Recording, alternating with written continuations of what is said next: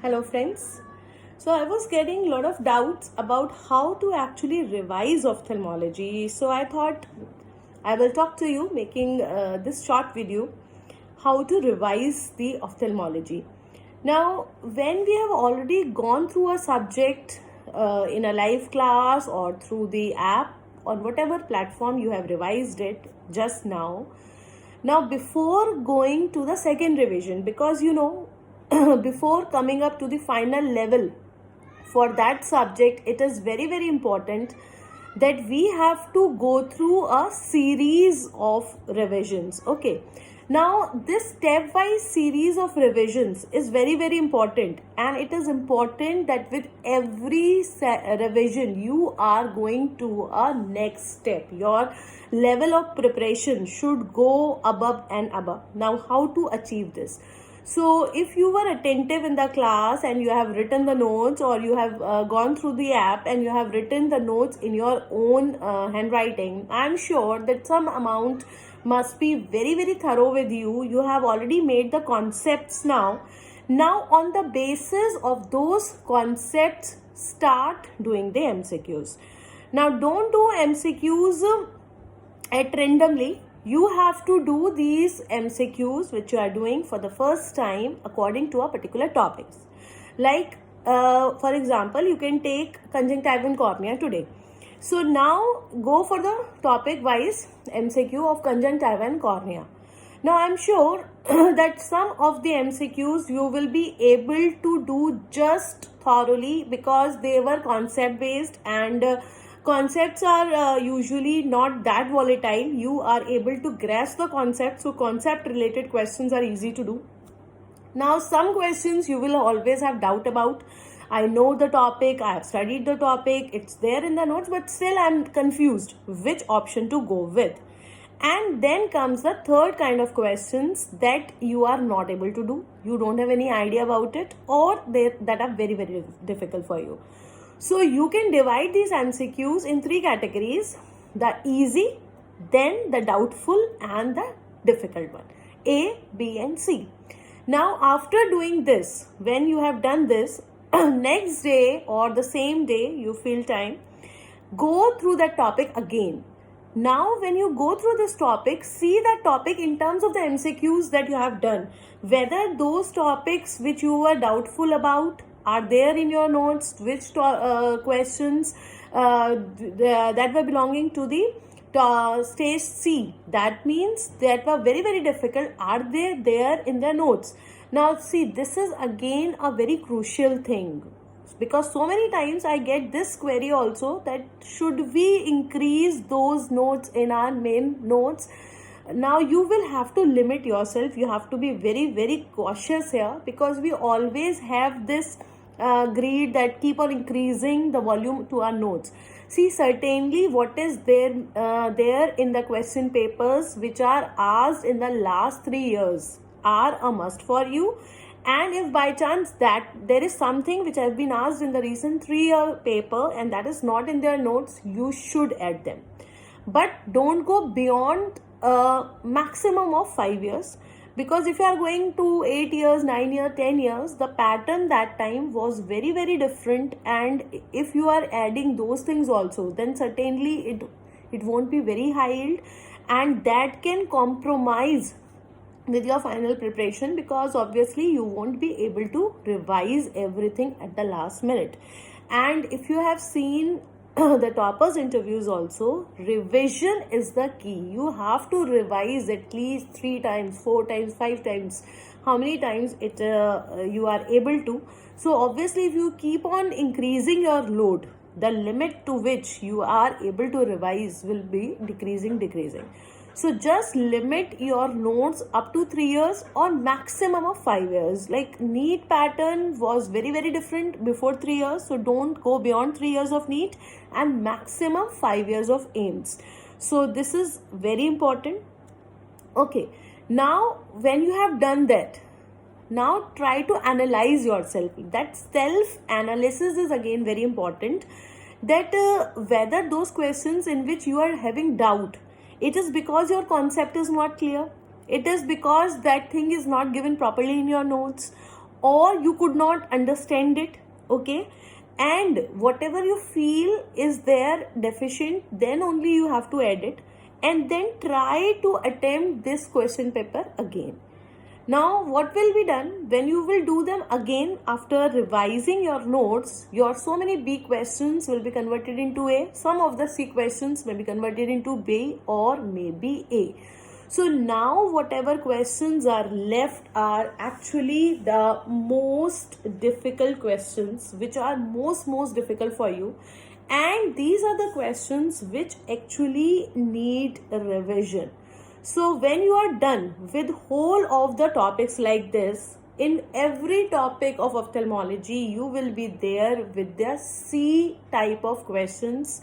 Now at the end, you have to go for a total subject wise test, because you have to be prepared yourself for the random questions, because we are conditioning our mind doing the subject wise questions, then the topic wise questions, then the subtopic wise questions. In the exam you won't be getting, and at times you are not able to get which subject it is, and I'm sure that you will realize and you will be convinced with my thing that so many times when you try to check the answer, you are not sure that in which subject you will get the answer. So this happens.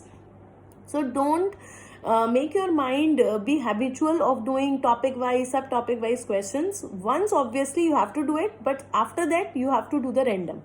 So when whole of the ophthalmology is finished in this way, then go for a random subject wise test, maybe of 100 questions, 200, 300. It depends upon your capacity. Okay.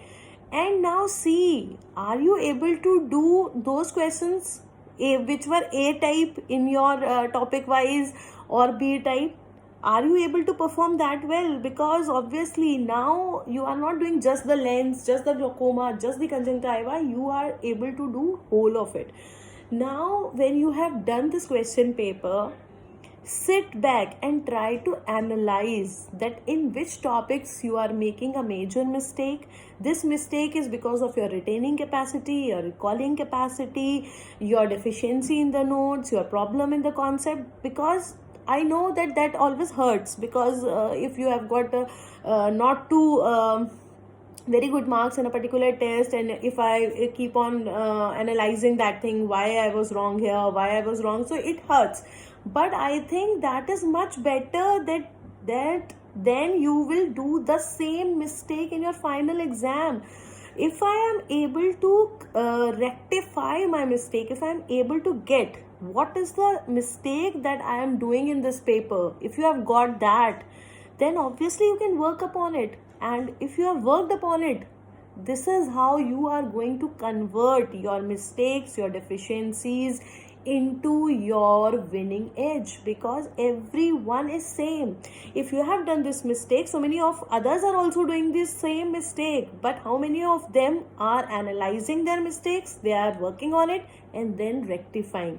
So I think that is the biggest asset that will not only help you to reduce the so-called silly mistakes, they will also help you to gain the confidence. See, when you are appearing for a large paper, that confidence gives you self-motivation that yes, if I have completed this, that means I am 100% ready for it.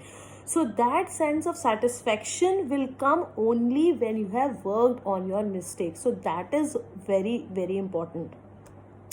Then another important thing is that when you are revising the subject, it's not necessary that you revise every time from cover to cover. In the first revision, in the second revision, we have ample of time and we can revise cover to cover. But as you reach nearer to the exams, your number of revisions have to be more, and the time that you will be getting for this revision may not be very large, especially for the small subjects or the middle subjects like ours, ophthalmology. So because I want to save the time for those subjects also which I have not covered up till now, or those subjects which are really time consuming, medicine, surgery, like that. So what you should do now, first start with the high yield topics. Now how will I get the high yield topics, ma'am? Every faculty while teaching, like I do also in the class, keep on telling you, I put a question mark on the topic that this is important. So you will be having so many high topics in your notebook.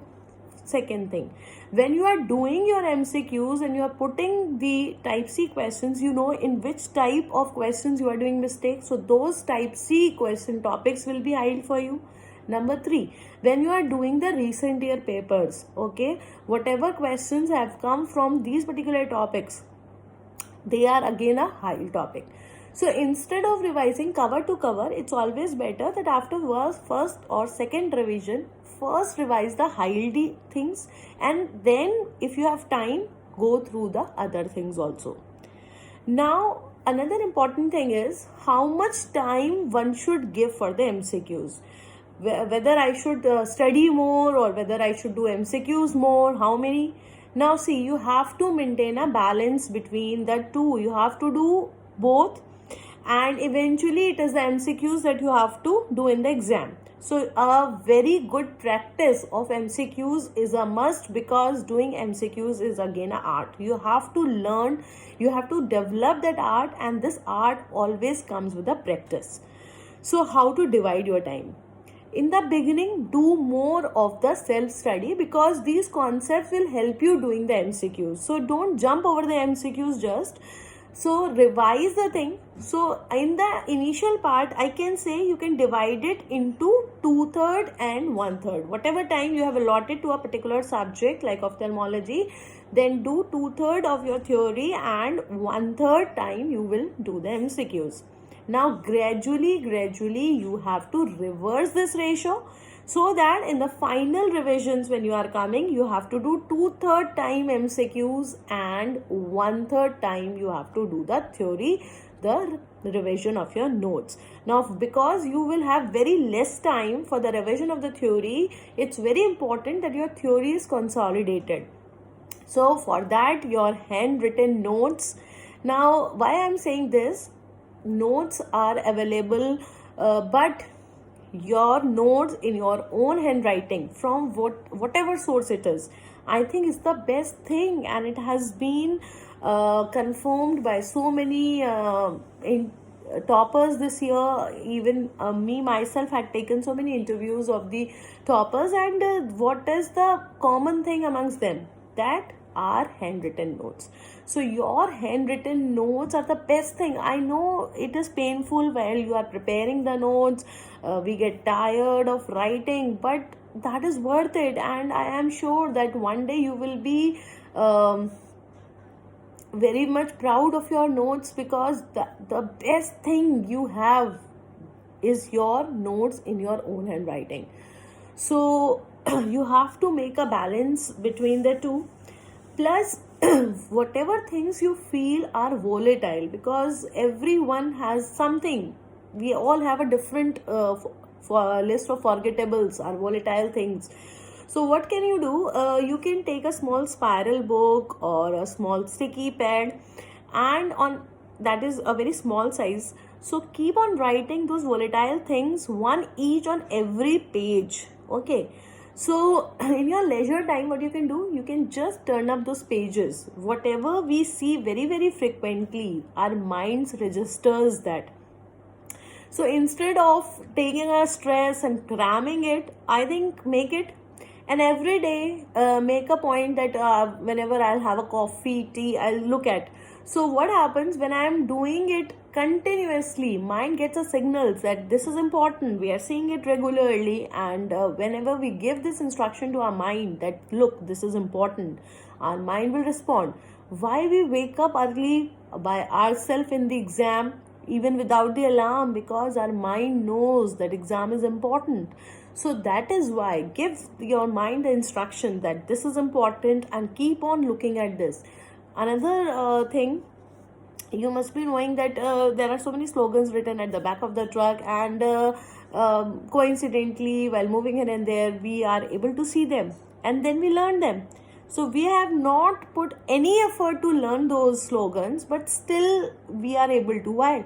because you are seeing them. Visual memory lasts longer, and that is why I always urge you to make the notes in a colored manner which can brighten your mind. Don't make them black and white. You're already sleepy, you open the notes and feeling even more sleepy. So that is again a very very important thing.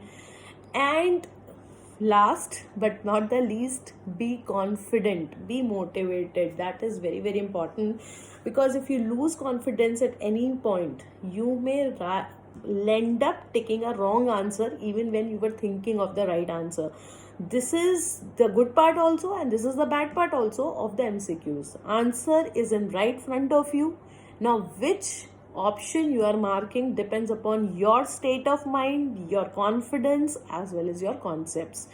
So I am here to give the concepts, but you have to remain motivated. We can motivate you and we will be doing motivation, but at last ball is in your court and it depends upon you that how you react to it. Okay, so this was about how to revise the ophthalmology. I hope that this session will benefit you. Tell me what are the other topics that you want me to talk about. If you like the video, please like the video, share, and do subscribe it. Share the video with your friends who you feel are in need of it. And happy ophthalmology. Bye bye.